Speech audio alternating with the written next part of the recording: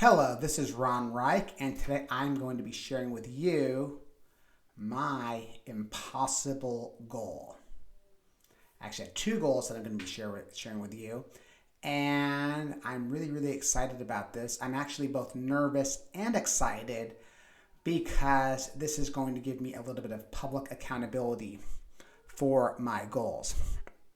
Now, of course, there's this idea that when you tell there's like science that shows that when you declare what your goal is publicly, then it is more likely for it to happen. So that is one reason why I'm sharing with you my two impossible goals with you today. And another reason why I'm sharing this with you is because I want to take you along the journey with me and show you what I'm doing to accomplish my two impossible goals. So let's get into it. Before I share what my goals are, I want to give you a little bit of background. So here is that background. So by far, the two biggest influences in my life outside of my immediate family by far are two people. One of them is Dan Kennedy, the super marketing guru dude. And the other one is Brian Johnson of heroic.us. I'm actually wearing my heroic shirt today as I'm recording this video. So those are by far my two biggest heroes, if you will, my two biggest role models. And I've really done my best to really model myself, my careers after these two. Brian has really been a model. His whole thing is showing up with virtue as the best version of yourself. His initial business was called Optimize. And for me, optimization is like my religion. It's my favorite thing in the world. So Brian has always been a huge inspiration. But probably more so than Brian, when it comes to my career, who I actually want to model in my profession and who's influenced me the most professionally, it is by far number one on the list, not even close, is Dan Kennedy. I found out about Dan for the first time way back. I think the year was literally the year 2000 or 2001. It was one of those years. I remember I first found out about him, and I ended up buying one of his original books. Actually, no, I didn't buy it. I checked it out from the library. The book was called How to Succeed in Business by Breaking All the Rules. And when I read this book, I'm like, this guy is effing awesome. This guy is amazing. His whole thing was really like going against the grain, really, playing by your own rules. If you know who Dan is, his whole thing is like his no BS attitude, and I just really resonated with that. At the time, I was actually really into like punk rock music and going through my radical politics phase. So this whole idea of being a rebel really resonated with me. So really from that point on, Dan became like my number one guru, my number one business person, if you will. So I ended up, a little while after that, I kind of got involved in the Dan Kennedy world. The thing that, if you're not familiar, he's like the ultimate at increasing lifetime customer value. So his whole system, his whole thing back in the day, he would write a lot of books, XYZ, and his goal is to get you on his newsletter. And then you subscribe to his newsletter, and then you're kind of like on this never-ending rabbit hole, like this never-ending wild goose chase, where it's like, oh, he tells you got to go buy this program, you got to go buy that program, and you're just like, before like one day you're gonna like know all the secrets, and it turns out, of course, spoiler alert, there's no end point to this, and that is by design. Anyways, I got involved in that world in 2000. It was the early 2000s. I think it was probably 2004, 2005, when I signed up for his newsletter and started like buying a lot of his programs and going through them. And I ended up going to my first Dan Kennedy conference in 2006. I ended up kind of learning stuff, starting my own businesses. I'll tell you that story another time. I was able to, learning what I learned from Dan and a few other people, I was able to have my first really successful launch in 2008. And then I was able to quit my job in 2009. But anyways, yeah, Dan was always, he's just always, I just thought he was so cool. Like, he was just always my number one inspiration. He was always like the guru of the gurus. He was also like this amazing. He was this amazing consultant. He was this amazing, he was a very high level speaker. He was a great copywriter. He was a great writer. Generally, he wrote all these books. So he was just like the Michael Jordan of the marketing industry, essentially. And so when I started my consulting business, he's the number one guy that I really wanted to model. So that is what I did. And I started doing consulting full time actually in 2017. I cannot believe I've been doing it for almost a decade. That is crazy to me. Before that, I was selling my own information products, kind of just selling my own products directly. Anyways, so Dan has always been my number one model. And I've been doing consulting and being like a front-facing expert for almost a decade. And what I have found in my career is that, or where I'm at currently in my career, is that Dan is my role model. And if I compare kind of like myself to him, obviously it's not a comparison. He's the Michael Jordan of the industry. I am not the Michael Jordan of the industry. But anyways, we all want to have role models. We all want to have goals. So I actually, when I think about him, there's like three main categories that I would put him in. He has three really super expertises.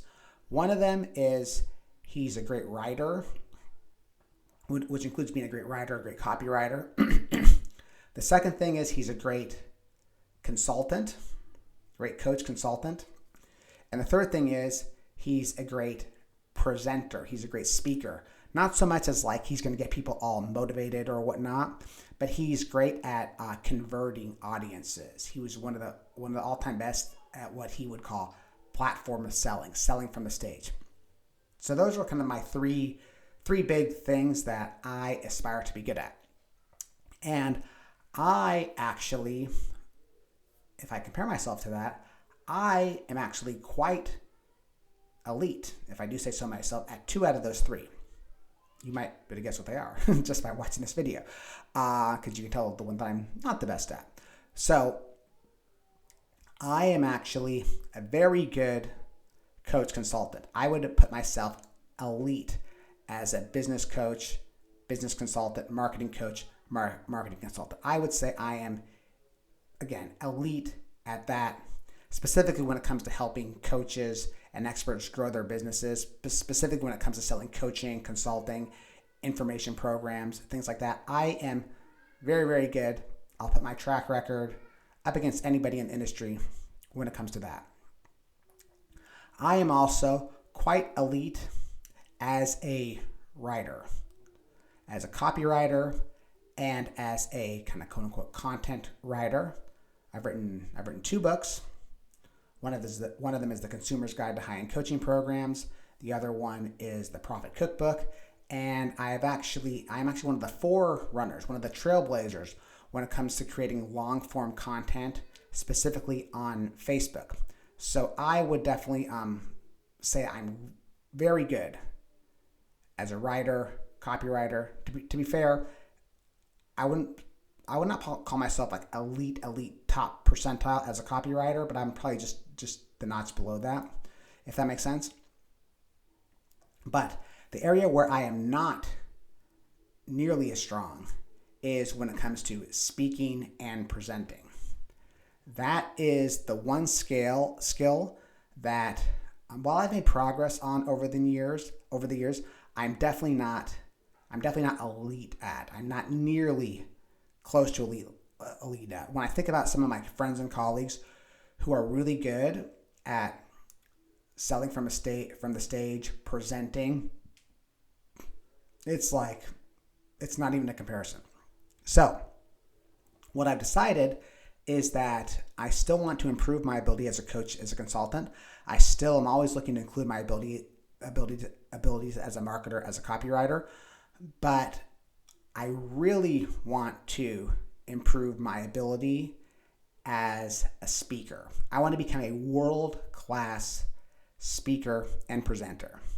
So that is my number one skill, my number one focus that I'm going to have for these next few years. And I'm going to be sharing with you in a future video, which I'm planning on releasing next week. I'm going to share with you my exact plan for this.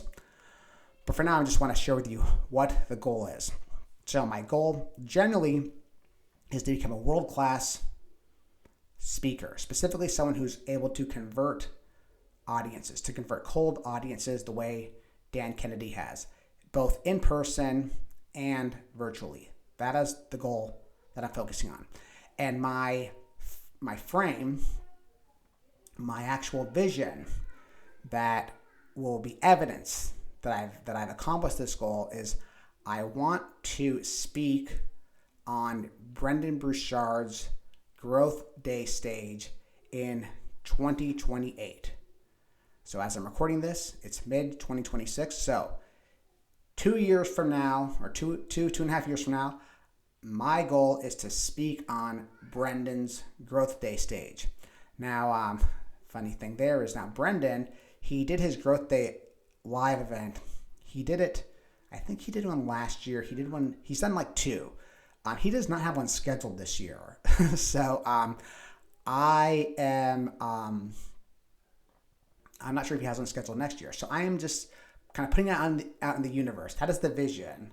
I'm going to have faith and hope that Brendon is going to put on a Growth Day event in 2028, and I'm going to be on that stage. That is my impossible goal. Why am I calling this an impossible goal? Well, one reason is because the business or that event is not scheduled yet. The idea of an impossible goal, this comes from Ben Hardy, who, if you're watching this, you might be familiar with. He wrote an excellent book called 10X is Easier Than 2X. Another book he wrote, which came out more recently, is called The Science of Scaling.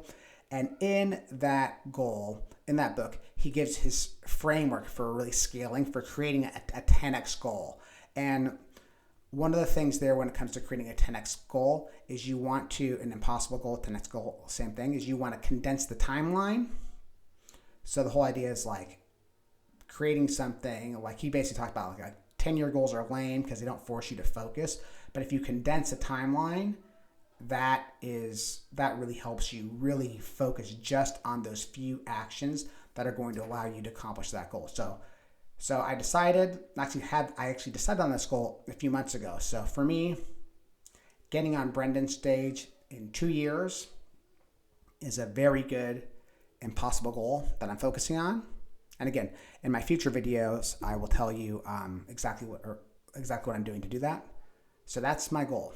World-class speaker, Growth Day stage 2028. And of course, if he doesn't do a Growth Day event in 2028, I have a few backup options that that I can share with you later. So that is my one impossible goal. I have another goal, which is not quite what I would call an impossible goal, but is also maybe a stress goal, a little bit of a difficult goal. And that other goal is I want to become a purple belt in no-gi Brazilian Jiu-Jitsu by the end of 2028 or sooner.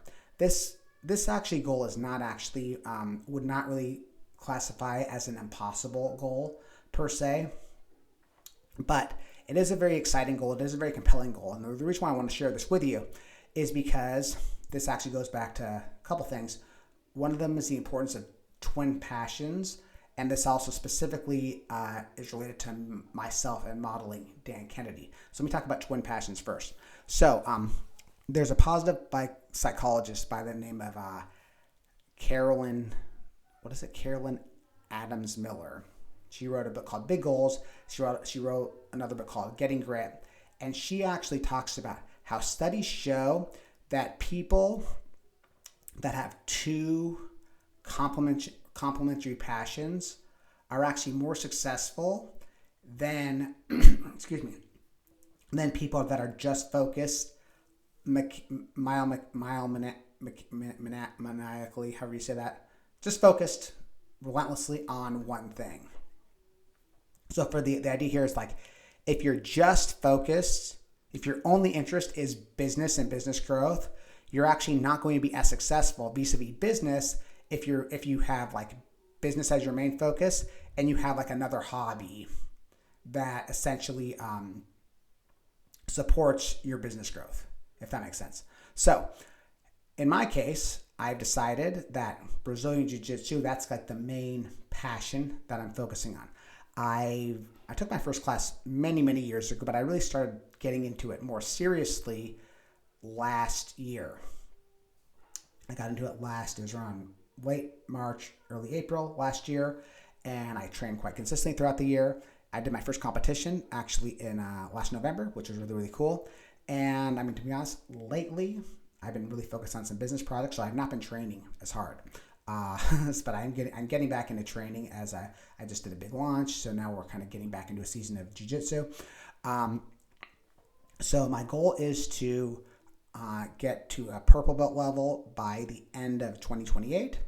That is a fun project, a fun North Star to focus on when it comes to jiu-jitsu.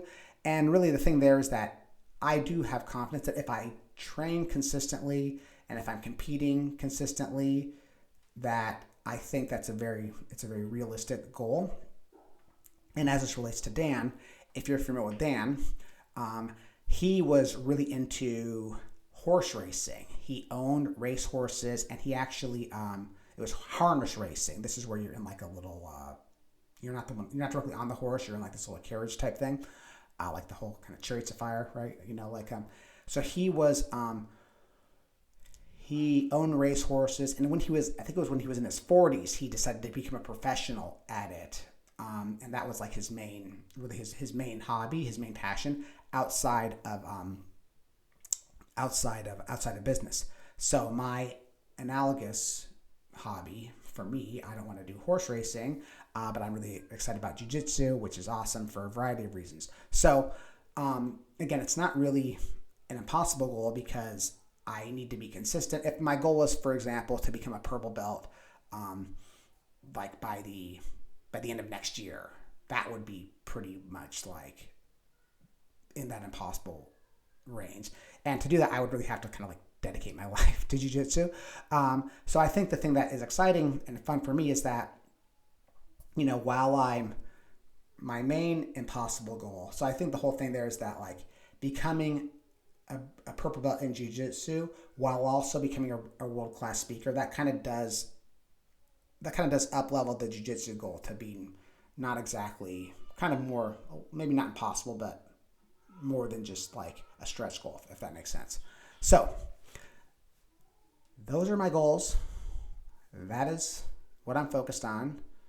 So world-class speaker, growth day 2028, while also becoming a purple belt in Brazilian Jiu-Jitsu. No gi Brazilian Jiu-Jitsu. I'm not a big fan of the gi, which we can talk about later. So those are my goals. So again, I just wanted to share this with you so I can, I'll be updating you on my progress next, very soon, most likely next week. I'm going to be sharing with you my actual plans for both of these. I think you'll find that really exciting. And that's what I got for now. So hopefully this was interesting and informative to you. I'm really excited to take you along the journey. And I'd love to hear, what are some of your big goals? What's an impossible goal that you might have? What's an impossible goal that you might have that you might not have even been willing to share publicly? Feel free to do that in the comments below. I can't wait to hear from you. And I'll see you next time. This is Reich. Bye for now.